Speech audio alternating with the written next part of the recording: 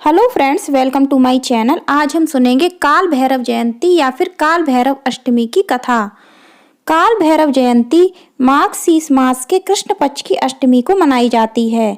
इसे कालाष्टमी और भैरव अष्टमी भी कहा जाता है। शिव पुराण के अनुसार कार्तिक मास के कृष्ण पक्ष की अष्टमी को मध्याह्न में भगवान शंकर के अंश से भैरव भगवान की उत्पत्ति हुई थी।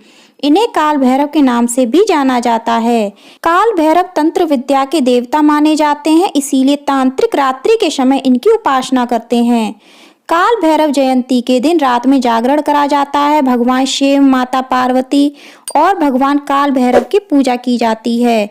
इनके पूजन से भूत पिशाच और बुरी आत्माओं का डर समाप्त हो जाता है। इनकी पूजा का विधान बहुत ही कठिन होता है। तो चलिए अब काल भैरव जयंती की कथा सुनते हैं। एक बार की बात है, भगवान ब्रह्मा, विष्णु और महेश में कौन श्रेष्ठ है, इस बात को लेकर विवाद छिड़ गया। यह विवाद बहुत बढ़ गया। इस बात का समाधान करने के लिए देवताओं की बैठक बुलाई गई। इस बैठक में सभी ने तीनों भगवानों को समान बताया। भगवान विष्णु ने इस बात को स्वीकार कर लिया, परंतु ब्रह्मा ने इसे अपना अपमान समझा और क्रोधित हो गए और भगवान शिव का अपमान करने लगे, जिस कारण भगवान शिव को क्रोध आ गया और उन्होंने रुद्र रूप धारण कर लिया और भगवान शिव के क्रोध से विशाल दंडधारी एक प्रचंड शक्ति प्रकट हुई और भगवान शिव का यह रूप देखकर सब भय से कांप गए और उनके इसी रुद्र रूप का नाम काल भैरव पड़ा। और काल भैरव ने अपने बाएं हाथ की सबसे छोटी उंगली के नाखून से ब्रह्मा जी के 5वें सिर को काट दिया, जिसने भगवान शंकर के बारे में अपशब्द कहे थे और ब्रह्मा जी के अहंकार को नष्ट किया, जिस कारण यह दिन भैरव अष्टमी के रूप में भी मनाया जाता है। ब्रह्मा जी के 5वें मुंह को काटने के कारण काल भैरव पर ब्रह्म हत्या का पाप लग गया। इसके पश्चात भगवान शंकर ने भैरव को काशी जाने के लिए कहा, जिससे वह ब्रह्म हत्या से मुक्ति पा सके। भगवान शंकर ने उन्हें काशी का कोतवाल बना दिया, इसलिए आज भी काशी में भैरव कोतवाल के रूप में पूजे जाते हैं। विश्वनाथ के दर्शन से पहले इनका दर्शन करना जरूरी होता है, अन्यथा दर्शन अधूरा माना जाता है। काल भैरव की सवारी कुत्ता है। कुत्ते को गुड़ खिलाने से और भोजन कराने से सभी कष्ट दूर होते हैं। इस दिन पितरों का श्राद्ध तर्पण भी किया जाता है।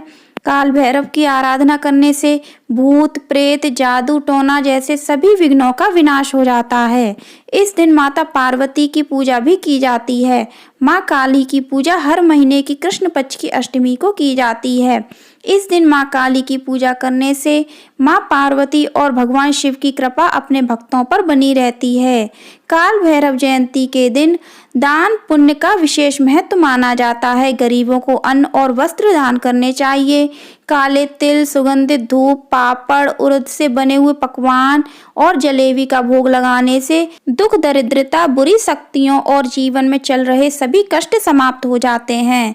राहु के उपाय के लिए यह दिन उचित माना जाता है। रात्रि में काजल बनाकर बच्चे को लगाने से उसे बुरी नजर नहीं लगती है। उज्जैन में महाकाल का एक प्राचीन मंदिर है, जहाँ पर प्रसाद के रूप में मदिरा चढ़ाई जाती है। इस मंदिर की मान्यता दूर दूर तक है।